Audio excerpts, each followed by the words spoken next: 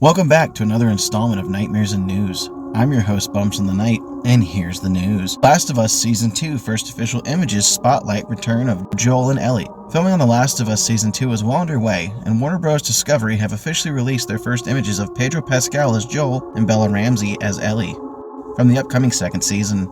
Following a record-breaking first season as the most-watched debut season of a series ever for HBO, the second season will debut in 2025 on HBO and will be available to stream on Max. The second season of HBO's The Last of Us will adapt the video game sequel The Last of Us Part 2. But don't expect the game's events to be contained to just one season. It's likely that the sequel's sprawling multi-character story will span the timeline of at least 2 seasons. HBO's The Last of Us takes place 20 years after modern civilization has been destroyed.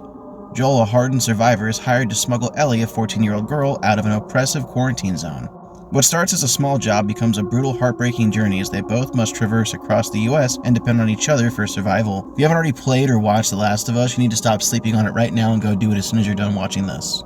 Dread Out 2 Remastered Collection announced for PlayStation 5 and Nintendo Switch coming later this year. While it's not a sequel to Dread Out 2 that some fans were hoping for, developer Digital Happiness and Singapore-based publisher SoftSource Publishing have announced the next best thing, with Dread Out Remastered Collection, which is set to head to the PlayStation 5 and Nintendo Switch later this year. This remastered will include the original Dread Out and the standalone game Dread Out Keepers of the Dark. Details on just what the remaster includes have yet to be released. Having worked on bringing Dread Out 2 to consoles, the team at SoftSource Publishing were enthralled by the idea when Pac Ratchmad, CEO of Digital Happiness, threw out the idea of bringing back Dread Out and Dread Out Keepers of the Dark to consoles, says Source Publishing Director Samer Pandit in a recent press release. It's an immediate thought that we want to be a part of this new project. Dread Out is an iconic IP in Asia and has been spreading its wings in the rest of the world with the release of Dread Out 2 on consoles. For those of you who don't know, Dread Out, which you can find on Steam, is a third-person supernatural horror game that was released back in 2014, where you play as Linda, a high school student. When the group of high school students Linda was part of became lost while on a field trip, they stumble across an abandoned town. However, the town holds a dark secret that left Linda fighting to get out of the town. Using a similar mechanic to Fatal Frame, Linda is equipped with a smartphone and an SLR camera, which she will use to battle against the horrors of the town and solve puzzles.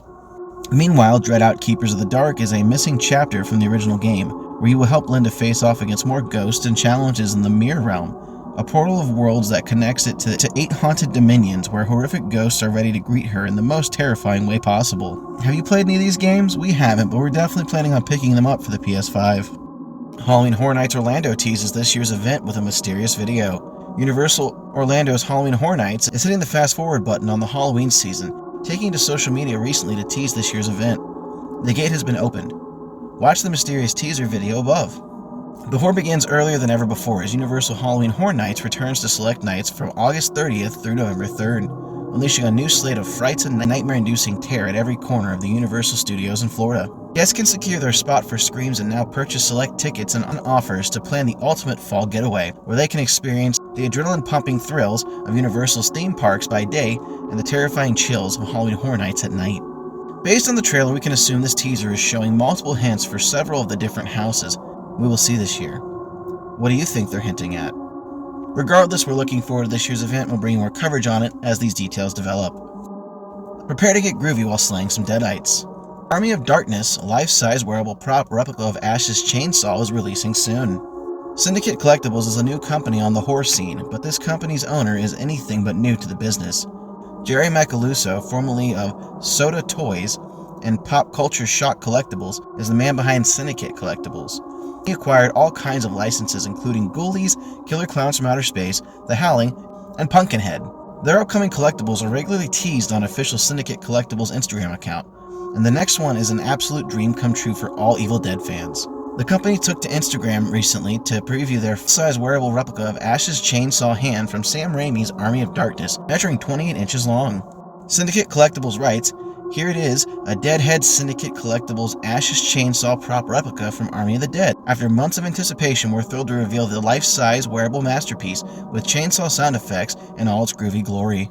At a massive 28 inches long, this electronic prop replica is the perfect addition to any collection or cosplay arsenal. Do you plan on adding this to your horror collection? We know we're considering it.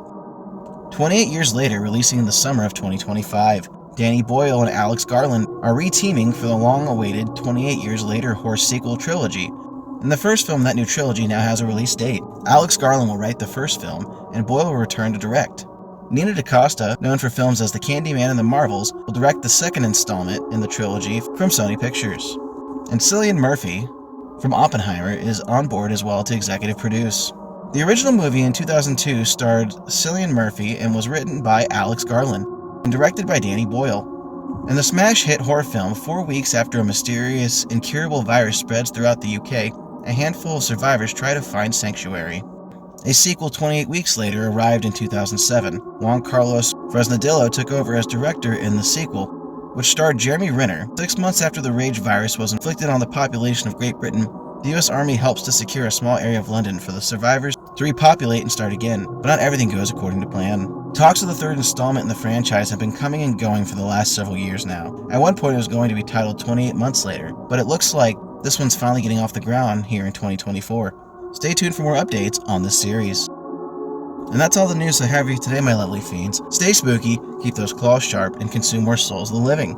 I've been your host, Bumps in the Night, and remember that horror is a beautiful thing. Thanks for watching, and we'll scare you in the next one.